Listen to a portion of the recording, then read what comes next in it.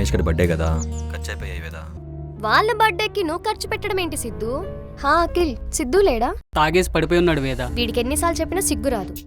రే మామా, happy birthday. Thanks అడగాలరా, party కావాలి. అందరికి జాబులు సెట్, మొత్తానికి సెటిల్ అయిపోయాంరా. సిద్ధు, లాస్ట్ మంత్ కూడా ఇదే చెప్పావు. ఒకటి గుర్తుపెట్టుకో సిద్ధు, టైం వేస్ట్ చేసుకోవద్దు.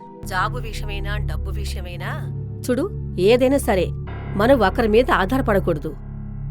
చులుకునైపోతావు నాన్నా. వేద ఎందుకంత ఓవర్ థింక్ చేస్తున్నావు?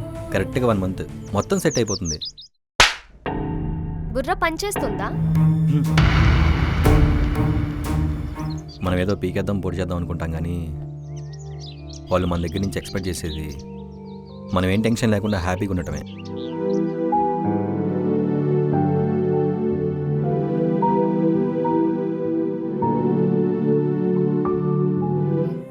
ఒకటి చెప్తున్నా, గుర్తుపెట్టుకో. కొంతమంది ఫ్రెండ్స్ అయినా ఎనిమీస్ అయినా జస్ట్ వాళ్ళ అవసరం కోసం మాత్రమే నీతో బిహేవ్ చేస్తారు.